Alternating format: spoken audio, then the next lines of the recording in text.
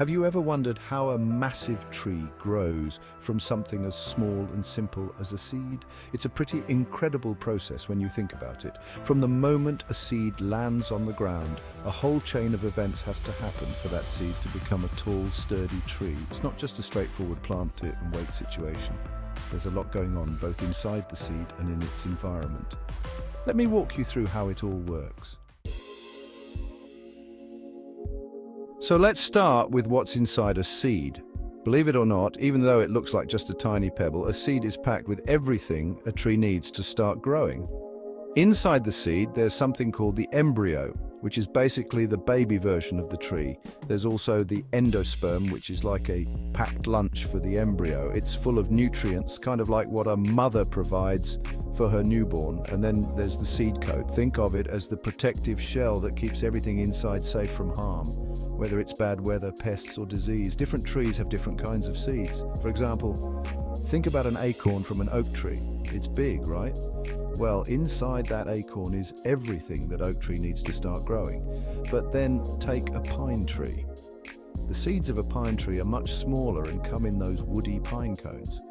There's even the coconut, which is actually a huge seed. In fact, it's one of the biggest seeds in the world. Its thick shell is perfect for floating across oceans, helping it spread to faraway places. Isn't it cool how seeds come in all shapes and sizes? Once the seed is in the ground, that's when the magic really starts to happen. The seed has to go through a process called germination, which is basically the moment when it wakes up and starts growing. But it doesn't just start growing right away, it's very picky about the conditions. The seed needs the right amount of water, oxygen, and the perfect temperature to even consider germinating. The first thing that happens is the seed absorbs water. When that happens, the seed swells and the hard outer shell softens. Inside, enzymes get activated and the endosperm starts breaking down to provide the embryo with energy. Think of it like the embryo suddenly getting a rush of food and water after a long nap. And just like that, the seed's growth kicks off. But not all seeds need the same conditions. Some seeds, like those of the lodgepole pine, actually need extreme conditions like fire to start growing. In forests where wildfires happen naturally, the heat opens up the pine cones, releasing the seeds. The fire clears out the older trees and makes way for new ones. Without fire, those seeds would just sit in their cones for years, waiting for the right moment. Isn't it amazing how nature has these unique ways of making things happen? Once germination starts, the first thing you'll see is the root. This tiny little root, called the radicle, pushes its way into the soil. It's the first step in creating the tree's foundation.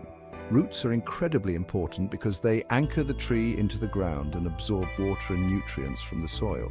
Some trees develop a large, thick root called a taproot that goes deep into the ground like oak trees. This helps them survive in places where the water might be far below the surface. On the other hand, trees like maples have more of a spreading root system that stays close to the surface. This helps them gather water quickly after rainfall. Take the mesquite tree, for example. It grows in deserts where water is scarce. Its taproot can grow up to 200 feet deep to reach underground water sources. Can you imagine that? A tree surviving in such a dry, harsh environment just by reaching deep enough to find water.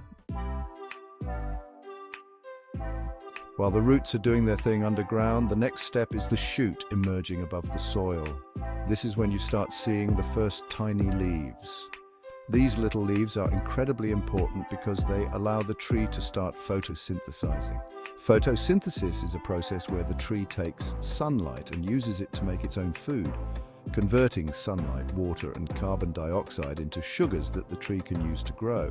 It's pretty much the tree's way of making energy from sunlight, like how solar panels generate electricity from the sun. Once a seedling grows some leaves and begins photosynthesizing, it enters what's called the seedling stage. This is one of the most fragile times for a young tree because it's still small and vulnerable. If an animal comes by and eats it, or if the weather turns too hot or too cold, the seedling might not survive. This is why so many seeds never make it to become fully grown trees. However, if the seedling survives, it continues to grow taller and stronger. Over time, it becomes a sapling. You've probably seen these saplings before, those young trees that are only a few feet tall with skinny trunks. They might not look like much yet, but saplings are already well on their way to becoming full-grown trees. This phase can last for years. The tree is still growing rapidly, developing a stronger trunk, more branches and leaves. Eventually, the sapling becomes a mature tree.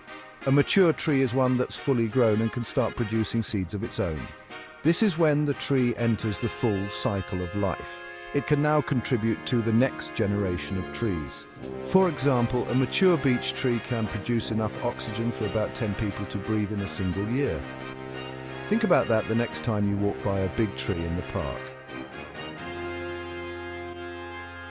However, not every seed makes it to this point. Some seeds don't even germinate in the first place. Many seeds go into something called dormancy, where they essentially wait until the right conditions come along.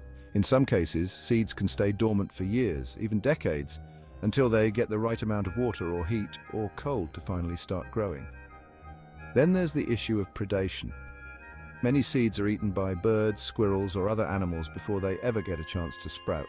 The environment plays a huge role in whether a tree will survive and thrive.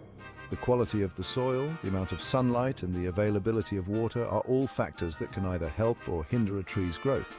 For example, in tropical rainforests, where there's plenty of rainfall and warm temperatures, trees grow quickly. But in colder, drier climates, trees might grow much more slowly. Take the giant sequoia trees in California, for instance. These trees can live for thousands of years, growing slowly over centuries. Their seeds, interestingly, also need fire to grow, like the lodgepole pine. The sequoia seeds are held in cones that only open up when they're exposed to heat, which is why wildfires are a crucial part of their life cycle. But trees don't just grow in the wild, they play a huge role in our urban environments as well. In cities like New York, massive reforestation projects have been launched to plant trees and improve air quality. A good example is the Million Trees NYC initiative, which aimed to plant 1 million trees across the city. These trees help absorb carbon dioxide, provide shade, reduce urban heat, and improve the overall air quality in densely populated areas. It's amazing to think that something as small and simple as a seed can grow into something as big and powerful as a tree. Trees provide us with oxygen, food, shelter for wildlife, and countless other benefits. The process from seed to tree might be long and complicated, but it's one of the most essential and beautiful cycles in nature. The next time you see a tree, remember that it all started with just a tiny seed, and so much had to go right for it to grow into the tall, strong tree you see today.